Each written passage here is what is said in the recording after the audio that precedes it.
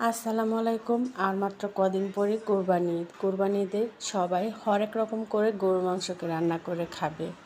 আজকে আমি রান্না করব গরুর বিসমিল্লাহ। আর এই বিসমিল্লাহটা কিন্তু সবাই রান্না করতে পারে না। তো যারা পারেন না তারা আজকের ভিডিওটা দেখে নেবেন।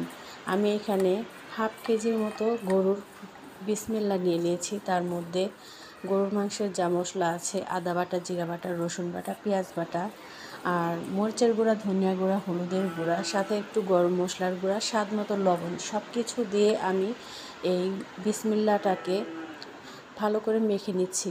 আর ভালো করে মাখবেন, খেয়াল রাখবেন সমস্ত মশলাগুলো যেন এই মাংসটার মধ্যে ভালোভাবে মিশে যায়। তো তারপর এখানে আমি একটু 1 চামচ পরিমাণ সরিষার তেল দিয়ে আর একটু ভালো করে মেখে নেব। আর এই সরিষার তেলটা দেওয়ার কারণে কিন্তু অন্যরকম একটা ফ্লেভার আসে, খুবই ভালো লাগে এই সরিষার তেল দিয়ে মাখার কারণে ফ্লেভারটা।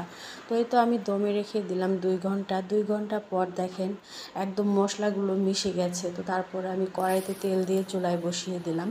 তো তার মধ্যে আমি কিছু আস্ত গরম মশলা দিয়ে নিলাম। আস্ত গরম মশলা দেওয়ার পর এখানে আমি 1 কাপ পরিমাণ পেঁয়াজ দিয়েছি। পেঁয়াজগুলো একটু বড় বড় আকার করে কেটেছি, কারণ এটার সাথে বড় বড় আকারের পেঁয়াজগুলো হলে একটু বেশি ভালো হয়। তো তারপর এখানে আমি একটু হালকা করে ভেজে নিয়েছি, একদম ফ্রাই করে ভাজি নাই।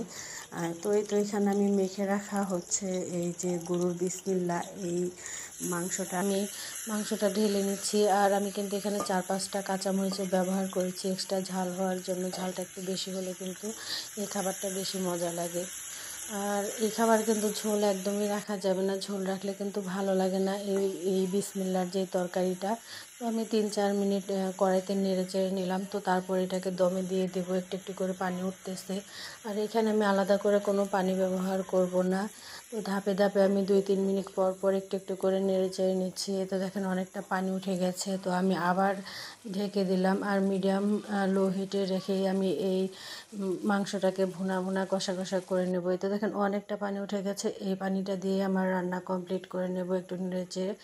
এই তো আমার রান্নার শেষ পর্যায়ে চলে এসেছি, আমার মাংসটা একদম কমপ্লিট রান্না হয়ে গেছে। আপনাদের কাছে আমার আজকের রান্নাটা কেমন লাগলো? ভালো লেগে থাকলে একটা লাইক দেবেন, কমেন্ট করে যাবেন। সম্পূর্ণ ভিডিওটা দেখার জন্য সবাইকে অনেক অনেক ধন্যবাদ। আল্লাহ হাফেজ।